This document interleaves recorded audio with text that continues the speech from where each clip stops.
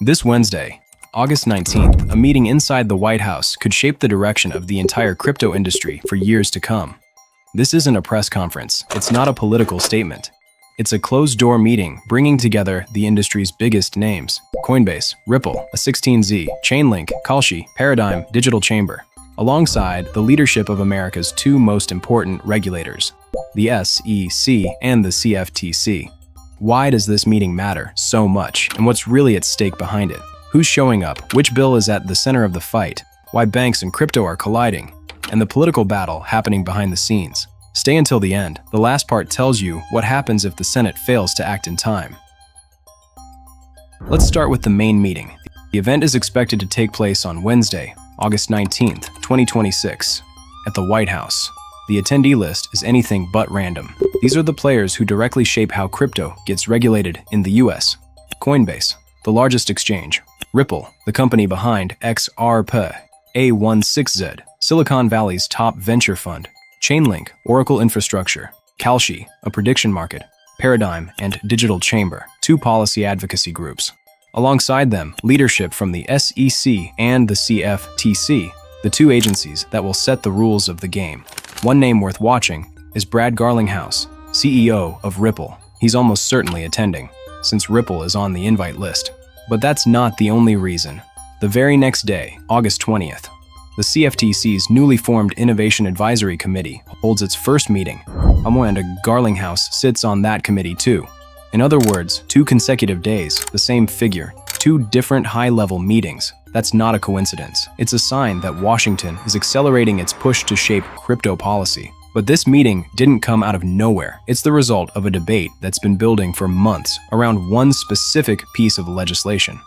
That's next. That legislation is called the Clarity Act. The US Senate is expected to bring the Clarity Act to the floor for debate and a vote in September 2026, after the summer recess. It sounds like a routine administrative timeline, but its significance is anything but small. The Clarity Act is seen as the key piece of infrastructure for the US crypto market. If passed, it would create a clear legal framework, something the industry has lacked for years. More specifically, it would allow traditional banks and major financial institutions to bring assets onto the blockchain legally and transparently, without operating in a legal gray zone. Put simply, this is the bill that determines whether crypto officially enters the mainstream US financial system. But not everyone supports it, and the strongest opposition comes from a group you might not expect: the banks. Banks oppose the Clarity Act for one specific reason. They fear that stablecoin products offering rewards or interest will pull deposits out of the traditional banking system. In other words, if users can hold stablecoins and earn yield similar to a savings account, why would they still need to deposit money in a bank? That's a real concern. But does it hold up against the facts? Patrick McHenry, former chairman of the House Financial Services Committee, offers a notable counterpoint.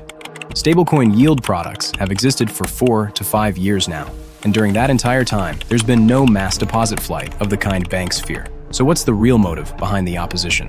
One view suggests this is less about protecting the financial system and more about protecting the banking industry's political power. And there's a historical precedent worth comparing. In the 1980s, banks also fiercely opposed the rise of money market funds. In the end, they didn't just fail to stop it. They were forced to integrate that very product into their own operations. If history repeats itself, stablecoins could be heading down the exact same path. But the problem isn't just between banks and crypto. It's also inside America's own political system. On the Republican side, the party is divided.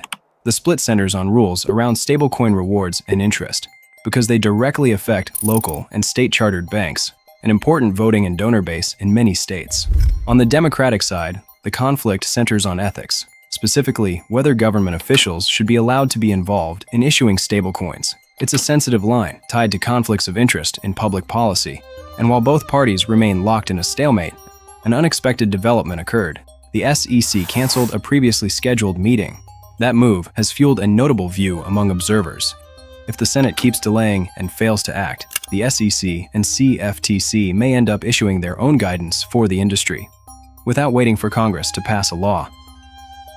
Let's pull the full picture together. A White House meeting this Wednesday, a landmark bill awaiting a vote in September, a standoff between traditional banks and the crypto industry over deposits, and a political system divided on both sides. stalling progress.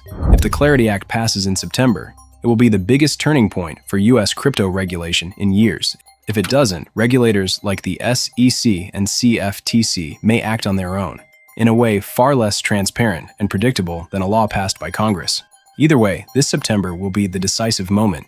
If you want to follow what happens at the August 19th meeting and the September vote closely, follow the channel, because this is only the beginning of the story.